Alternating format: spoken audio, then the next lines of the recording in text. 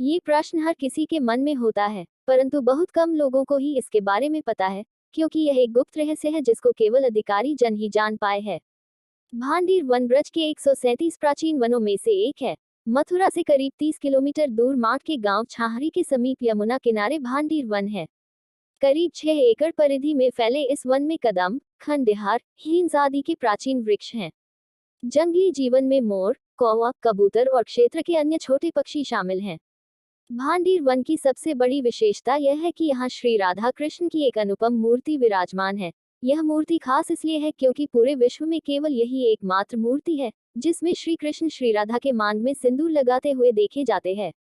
इसके अलावा यहाँ श्री राधा कृष्ण एक दूसरे को वरमाला पहनाते हुए भी देखे जाते हैं। एवं श्री गर्ग संहिता के कथानुसार ब्रह्मा जी जिन्होंने श्री राधा कृष्ण का विवाह करवाया था, पुरोहित रूप में विराजमान है। ये विशाल वन अब 7.5 एकड़ में फैला हुआ है। मथुरा से अलग थलग इस वन में सेवावितों के परिवार रहते हैं। इस वन के बारे में अधिक लोग नहीं जानते, इसलिए यहाँ ज्यादा भीड़ भी नहीं होती, किंतु किसी भी रसिक के लिए ये स्थान अति रमणीय है क्योंकि ये श्री कृष्ण के किशोरावस्था के अनेक लीलाओं का साक्षी है। छायरी गांव भांडीर वट एवं वंशी वट के बीच में बसा हुआ है। ये गांव श्री कृष्ण की लीला स्थलियों में से एक है। श्री कृष्ण अपने सखाओं के साथ इस वन में विविध प्रकार की क्रीड़ाओं के पश्चात पेड़ों की छाया में बैठकर नाना प्रकार की भोजन सामग्री क्रीड़ा कौतुक के साथ ग्रहण करते थे। छाया शब्द से ही छायरी नाम बना है। इस गांव का नामांतर बिजौली भी है। भांडीर वट के पास ही बिजौली ग्राम है। श्याम तलैया वंशीवट के निकट ही स्थित है। रासलीला के समय गोपियों को प्यास लगने पर श्री श्याम सुंदर ने अपनी बांसुरी से इस तलैया को प्रकट कर उसके सुस्वादु जल से उन सबको तृप्त किया था। आजकल ये तलैया टूटी फूटी खंडहर के रूप में विद्यमान है, परंतु आज भी उसके पानी में वही मिठास है। अब इसमें थोड़ा सा ही जल रह गया है जिसे लोग श्रद्धा से यहाँ आचमन करते हैं। वेणुकूप भांडीर वन में भांडीर वट के पास ही है। यहाँ श्री कृष्ण ने अपने वेणु से एक कूप को प्रकट किया था। वत्सासुर का वध करने के पश्चात श्री कृष्ण अपने बल की डींग हाँकते हुए भांडीर वन के पास गोपियों से मिले, किंतु गोपियों ने श्री कृष्ण के ऊपर गोवध का आरोप लगाकर स्पर्श करने से मना कर दिया। श्री कृष्ण ने कहा कि मैंने गोवध नहीं किया, बल्कि बछड़े के रूप में एक असुर का वध किया है। किंतु गोपियां कृष्ण के तर्क से सहमत नहीं हुई। तब कृष्ण ने उनसे पवित्र होने का उपाय पूछा। गोपियों ने कहा, यदि तुम पृथ्वी के सारे तीर्थों में स्नान करोगे तब पवित्र होगे, तभी हमें स्पर्श कर सकते हो। गोपियों की बात सुनकर कृष्ण ने अपने वेणु से एक सुंदर कूप का निर्माण कर उसमें पृथ्वी के सारे तीर्थों का आह्वान किया। फिर उस कूप के जल में स्नान कर गोपियों से मिले। यहाँ भांडीर वन के निकट ही यह वेणुकूप है। उसमें स्नान करने से सब तीर्थों में स्नान करने का फल प्राप्त होता है। आज भी व्रज की महिलाएं किसी विशेष योग में इस कूप का पूजन करती हैं। वंशीवट भांडीर वट से लगभग 15 मिनट की दूरी पर अवस्थित है। ये श्री कृष्ण की रास स्थली है। ये वंशीवट वृंदावन वाले वंशीवट से पृथक है। श्री कृष्ण जब यहाँ गोचारण कराते तब वे इसी वट वृक्ष के ऊपर चढ़कर अपनी बंसी से गायों का नाम पुकार कर उन्हें एकत्र करते और उन सबको एक साथ लेकर अपने गोष्ठ में लौटते। वेणुवादन, दावानल का पान, प्रलंबासुर का वध तथा नित्य रासलीला करने का साक्षी रहा इस वट का नाम वंशीवट इसलिए पड़ा कि इसकी शाखाओं पर बैठकर श्री कृष्ण बंसी बजाते थे और गोपियों को रिझाते थे। वंशीवट नामक इस वट वृक्ष से आज भी कान लगाकर सुने तो ढोल मृदंग, राधे राधे की आवाज सुनाई देती है। भांडीर वन में स्थित यह एक प्रसिद्ध लीला स्थली है। यहाँ श्री राधा कृष्ण युगल की विविध लीलाएं संपन्न होती हैं। यहाँ पर 2 बहुत बृहत वट का वृक्ष है। उसकी अनेकों लंबी शाखाएं ऊपर नीचे चारों ओर बहुत दूर दूर तक फैली हुई है और ये दोनों वृक्ष की शाखाएं एक दूसरे से ऐसे जुड़ी हुई है जिससे 2 होते हुए भी एक वृक्ष ही लगता है। भांडीर वट पर श्री कृष्ण बलदेव सखाओं के साथ विविध प्रकार की क्रीड़ाएं करते हुए डालियों के ऊपर यमुना को पार कर जाते थे।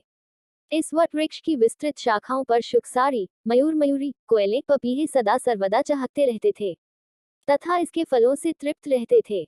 इसकी स्निग्ध एवं सुशीतल छाया में हिरनियां तथा वन के अन्य प्राणी यमुना का मधुर जलपान कर विश्राम करते थे। माता यशोदा आदि ग्वालवालों की माताएं अपने अपने पुत्रों के लिए दोपहर का छाछ गोपों के माध्यम से अधिकांश इसी निर्दिष्ट भांडीर वट पर भेज दिया करती थीं। वे स्वयं यमुना के शीतल जल में स्नान एवं जलक्रीड़ा कर इस वट की सुशीतल छाया में बैठकर माताओं के द्वारा प्रेरित विविध प्रकार के सुस्वादु अन्न व्यंजन का सेवन करते थे। श्री कृष्ण सबके मध्य में बैठते। सखा लोग चारों ओर से घेर कर हजारों पंक्तियों में अगल बगल एवं आगे पीछे बैठ जाते। ये सभी सखा पीछे या दूर रहने पर भी अपने को श्री कृष्ण के सबसे निकट सामने देखते थे। ये परस्पर सबको हंसते हंसाते हुए विविध प्रकार की क्रीड़ाएं करते हुए भोजन संपन्न करते थे। आकाश से ब्रह्मा आदि देवगण उनके भोजन क्रीड़ा कौतुक देखकर आश्चर्यचकित हो जाते थे। इसी वट वृक्ष के नीचे श्री राधा कृष्ण युगल का ब्रह्मा जी द्वारा गांधर्व विवाह संपन्न हुआ था। भांडीर वन में स्थित ये स्थान श्री गर्ग संहिता में उल्लेखित श्री राधा कृष्ण के विवाह की कथा का प्रमाण और साक्षी है। श्री गर्ग संहिता के गोलोक खंड के अध्याय 16 में ये कथा इस प्रकार है। भांडीर वन में नंद जी के द्वारा श्री राधा जी की स्तुति, श्री राधा और श्री कृष्ण का ब्रह्मा जी के द्वारा विवाह, ब्रह्मा जी के द्वारा श्री कृष्ण का स्तवन तथा नवदंपति की मधुर लीलाएं। श्री नारद जी कहते हैं, राजन, एक दिन नंद जी अपने नंदन को अंक में लेकर लाड़ लड़ाते और गोय चराते हुए खिरक के पास से बहुत दूर निकल गए। धीरे धीरे भांडीर वन जा पहुंचे, जो कालिंदी नीर का स्पर्श करके बहने वाले तीरवर्ती शीतल समीर के झोंके से कंपित हो रहा था। थोड़ी ही देर में श्री कृष्ण की इच्छा से वायु का वेग अत्यंत प्रखर हो उठा। आकाश मेघों की घटा से आच्छादित हो गया। तमाल और कदम वृक्षों के पल्लव टूट टूट कर गिरने, उड़ने और अत्यंत भय का उत्पादन करने लगे। उस समय महान अंधकार छा गया। नंद नंदन रोने लगे। वे पिता की गोद में बहुत भयभीत दिखाई देने लगे। नंद को भी भय हो गया। वे शिशु को गोद में लिए परमेश्वर श्रीहरि की शरण में गए।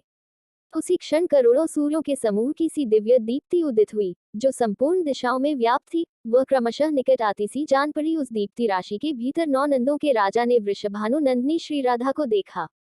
वे करोड़ों चंद्र मंडलों की कांति धारण किए हुए थी। उनके श्री अंगों पर आदिवर्ण नील रंग के सुंदर वस्त्र शोभा पा रहे थे। चरण प्रांत में मंजीरों की धीर ध्वनि से युक्त नूपुरों का अत्यंत मधुर शब्द हो रहा था। उस शब्द में कांची कलाप और कंकनों की झनकार भी मिली थी। रत्न में हार, मुद्रिका और बाजूबंदों की प्रभा से वे और भी उद्भासित हो रही थी। नाक में मोती की बुलाक और नगबैसा की अपूर्व शोभा हो रही थी। कंठ में कंठा, सीमंत पर चूड़ामणि और कानों में कुंडल झिलमिला रहे थे।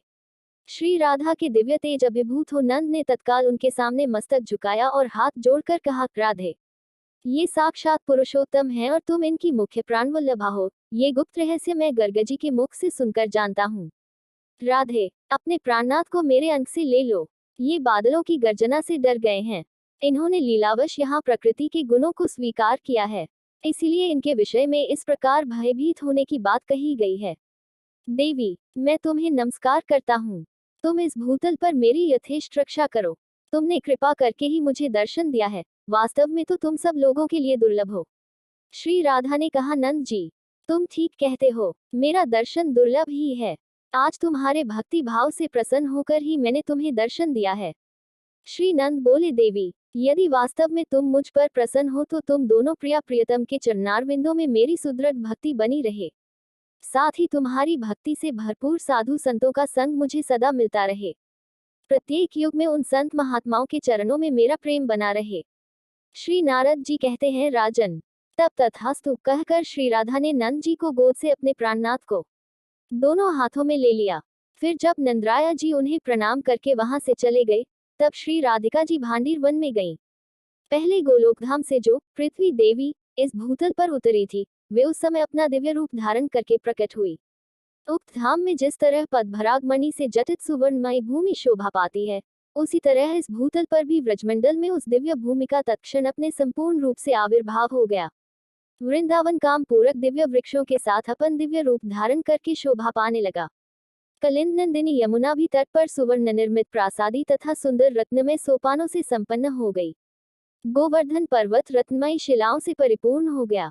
उसके स्वर्णमय शिखर सब ओर से उद्भासित होने लगे। राजन, मतवाले भ्रमरों तथा झरनों से सुशोभित कंदराओं द्वारा वह पर्वतराज अत्यंत ऊंचे अंग वाले गजराज की भांति सुशोभित हो रहा था। उस समय वृंदावन के निकुंज ने भी अपना दिव्य रूप प्रकट किया। उसमें सभा भवन, प्रांगण तथा दिव्य मंडप शोभा पाने लगे। वसंत ऋतु की सारी मधुरिमा वहां अभिव्यक्त हो गई। मधुपों, मयूरों, कपोतों तथा कोकिलों के कलरव सुनाई देने लगे। निकुंजवर्ती दिव्य मंडपों के शिखर सुवर्ण रत्नादि से खचित कलशों से अलंकृत थे। सब ओर फहराती हुई पताकाएं उनकी शोभा बढ़ाती थी। वहां एक सुंदर सरोवर प्रकट हुआ, जहां सुवर्ण सुंदर सरोज खिले हुए थे और उन सरोजों पर बैठी हुई मधुपावलियां उनके मधुर मकरंद का पान कर रही थी। दिव्य धाम की शोभा का अवतरण होते ही साक्षात पुरुषोत्तमोत्तम घनश्याम भगवान श्री कृष्ण किशोरावस्था के अनुरूप दिव्य देह धारण करके श्री राधा के सम्मुख खड़े हो गए। उनके श्री अंगों पर पीताम्बर शोभा पा रहा था। कौस्तुभ मणि से विभूषित हो, हाथ में वंशी धारण किए वे नंदनंदन राशि राशि मनमथों कामदेवों को मोहित करने लगे। उन्होंने हंसते हुए प्रियतमा का हाथ अपने हाथ में थाम लिया और उनके साथ विवाह मंडप में प्रविष्ट हुए। उस मंडप में विवाह की सब सामग्री संग्रह करके रखी गई थी। मेखला कुशा, सप्तमृत्तिका और जल से भरे कलश आदि उस मंडप की शोभा बढ़ा रहे थे। वहीं एक श्रेष्ठ सिंहासन प्रकट हुआ, जिस पर वे दोनों प्रिया प्रियतम एक दूसरे से सटकर विराजित हो गए और अपनी दिव्य शोभा का प्रसार करने लगे। वे दोनों एक दूसरे से मीठी मीठी बातें करते हुए मेघ और विद्युत की भांति अपनी प्रभा से उद्दीप्त हो रहे थे। उसी समय देवताओं में श्रेष्ठ विधाता भगवान ब्रह्मा आकाश से उतरकर परमात्मा श्री कृष्ण के सम्मुख आए और उन दोनों के चरणों में प्रणाम करके हाथ जोड़कर कमनीय वाणी द्वारा चारों मुखों से मनोहर स्तुति करने लगे। श्री ब्रह्मा जी बोले, प्रभो, आप सबके आदि कारण हैं, किंतु आपका कोई आदि अंत नहीं है। आप समस्त पुरुषोत्तमों में उत्तम हैं। अपने भक्तों पर सदा वात्सल्य भाव रखने वाले और श्री कृष्ण नाम से विख्यात हैं। अगणित ब्रह्मांड के पालक पति हैं। ऐसे आप परात्पर प्रभु राधा प्राणवल्लभ श्री कृष्णचंद्र की मैं शरण लेता हूँ। आप गोलोकधाम के अधिनाथ है, आपकी लीलाओं का कहीं अंत नहीं है। आपके साथ ये लीलावती श्री राधा अपने लोक नित्यधाम में ललित लीलाएं किया करती हैं। जब आप ही बैकुंठनाथ के रूप में विराजमान होते हैं, तब ये वृषभानु नंदिनी ही लक्ष्मी रूप से आपके साथ सुशोभित होती हैं। जब आप श्री रामचंद्र के रूप में भूतल पर अवतीर्ण होते हैं, तब ये जनक नंदिनी सीता के रूप में आपका सेवन करती हैं। आप श्री विष्णु हैं और ये कमलवन वासिनी कमला हैं। जब आप यज्ञ पुरुष का अवतार धारण करते हैं, तब ये श्री जी आपके साथ दक्षिणा रूप में निवास करती हैं। आप पति शिरोमणि हैं तो ये पत्नियों में प्रधान हैं। आप नरसिंह हैं तो ये आपके हृदय में रमा रूप से निवास करती हैं। आप ही नर नारायण रूप से रहकर तपस्या करते हैं। उस समय आपके साथ ही परम शांति के रूप में विराजमान होती हैं। आप जहाँ जिस रूप में रहते हैं, वहाँ तदनुरूप देह धारण करके ये छाया की भांति आपके साथ रहती हैं। आप ब्रह्मा हैं और ये तटस्था प्रकृति। आप जब काल रूप से स्थित होते हैं, तब इन्हें प्रकृति के रूप में जाना जाता है। जब आप जगत के अंकुर महान महतत्व रूप में स्थित होते हैं, तब ये श्री राधा सगुण माया रूप से स्थित होती हैं। जब आप मन, बुद्धि, चित्त और अहंकार इन चारों अंतःकरणों के साथ अंतरात्मा रूप से स्थित होते हैं, तब ये श्री राधा दक्षिणावृत्ति के रूप में विराजमान होती हैं। जब आप विराट रूप धारण करते हैं, तब ये अखिल भूमंडल में धारणा कहलाती हैं। पुरुषोत्तमोत्तम, आपका ही श्याम और गौर द्विविध तेज सर्वत्र विदित है। आप गोलोकधाम के अधिपति परात्पर परमेश्वर हैं। मैं आपकी शरण लेता हूँ। जो इस युगल रूप की उत्तम स्तुति का सदा पाठ करता है, वह समस्त धामों में श्रेष्ठ गोलोकधाम में जाता है और इस लोक में भी उसे स्वभावत सौंदर्य, समृद्धि और सिद्धियों की प्राप्ति होती है। यद्यपि आप दोनों नित्य दंपति हैं और परस्पर प्रीति से परिपूर्ण रहते हैं, परात्पर होते हुए भी एक दूसरे के अनुरूप रूप धारण करके लीला विलास करते हैं, तथापि मैं लोक व्यवहार की सिद्धि या लोक संग्रह के लिए आप दोनों की वैवाहिक विधि संपन्न कराऊंगा। श्री नारद जी कहते हैं, राजन, इस प्रकार स्तुति करके ब्रह्मा जी ने उठकर कुंड में अग्नि प्रज्वलित की और अग्निदेव के सम्मुख बैठे हुए उन दोनों प्रिया प्रियतम के वैदिक विधान से पानी ग्रहण संस्कार की विधि पूरी की। ये सब करके ब्रह्मा जी ने खड़े होकर श्री हरि और राधिका जी से अग्निदेव की 7 परिक्रमाएं करवाईं। तदनंतर उन दोनों को प्रणाम करके वेदवेत्ता विधाता ने उन दोनों से 7 मंत्र पढ़वाए। उसके बाद श्री कृष्ण के वक्ष स्थल पर श्री राधिका का हाथ रखवाकर और श्री कृष्ण का हाथ श्री राधिका की पृष्ठ देश में स्थापित करके विधाता ने उनसे मंत्रों का उच्चारण स्वर से पाठ करवाया। उन्होंने राधा के हाथों से श्री कृष्ण के कंठम में एक केसरयुक्त माला पहनाई, जिस पर ब्रह्म गुंजार कर रहे थे।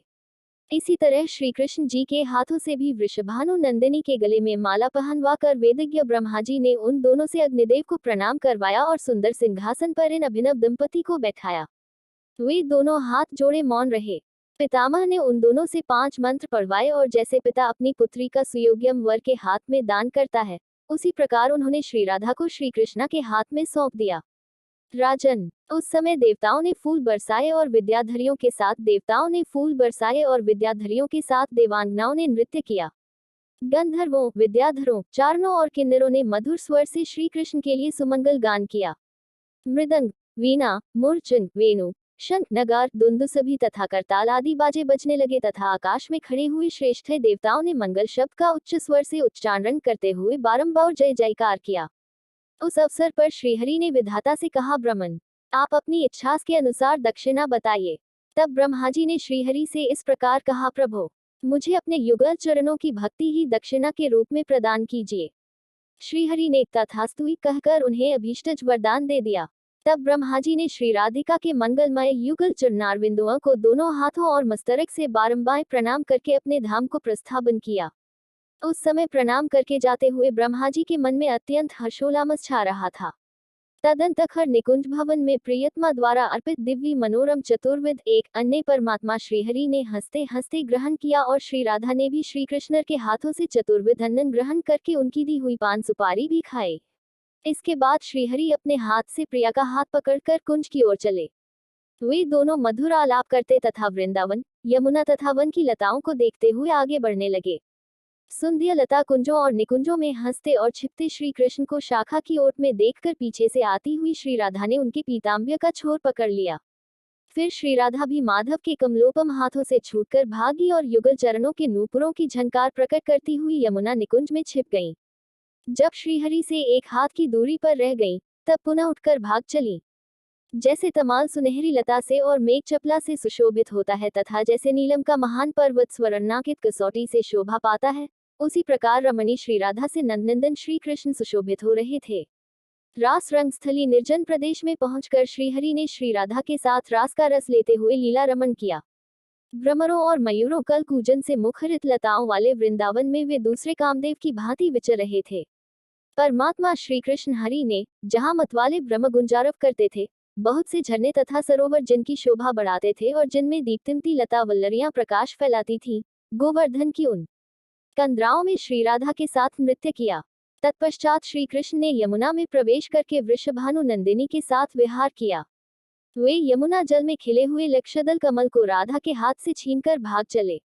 तब श्री राधा ने भी हंसते हंसते उनका पीछा किया और उनका पीताम्बर, वंशी तथा बेद की छड़ी अपने अधिकार में कर ली। श्रीहरि कहने लगे, मेरी बांसुरी दे दो। तब राधा ने उत्तर दिया, मेरा कमल लौटा दो। तब देवेश्वर श्री कृष्ण ने उन्हें कमल दे दिया। फिर राधा ने भी पीताम्बर, वंशी और बेद श्रीहरि के हाथ में लौटा दिए। इसके बाद फिर यमुना के किनारे उनकी मनोहर लीलाएं होने लगी। तदंतर भांडीर वन में जाकर व्रज गोप रत्न श्रीनंदन ने अपने हाथों से प्रिया का मनोहर श्रृंगार किया। उनके मुख पर पत्र रचना की, दोनों पैरों में महावर लगाया, नेत्रों में काजल की पतली रेखा खींच दी तथा उत्तमोत्तम रत्नों और फूलों से भी उनका श्रृंगार किया। इसके बाद जब श्री राधा भी श्रीहरि को श्रृंगार धारण कराने के लिए उद्यत हुई, उसी समय श्री कृष्ण अपने किशोर रूप को त्याग कर छोटे से बालक बन गए। नंद ने जिस शिशु को जिस रूप में राधा के हाथों में दिया था, उसी रूप में वे धरती पर लौटने और भय से रोने लगे।